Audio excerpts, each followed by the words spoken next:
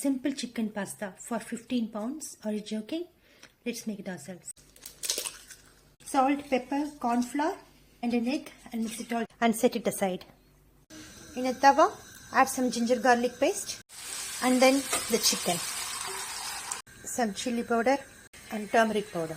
Roughly chop some onions. Split some green chilies.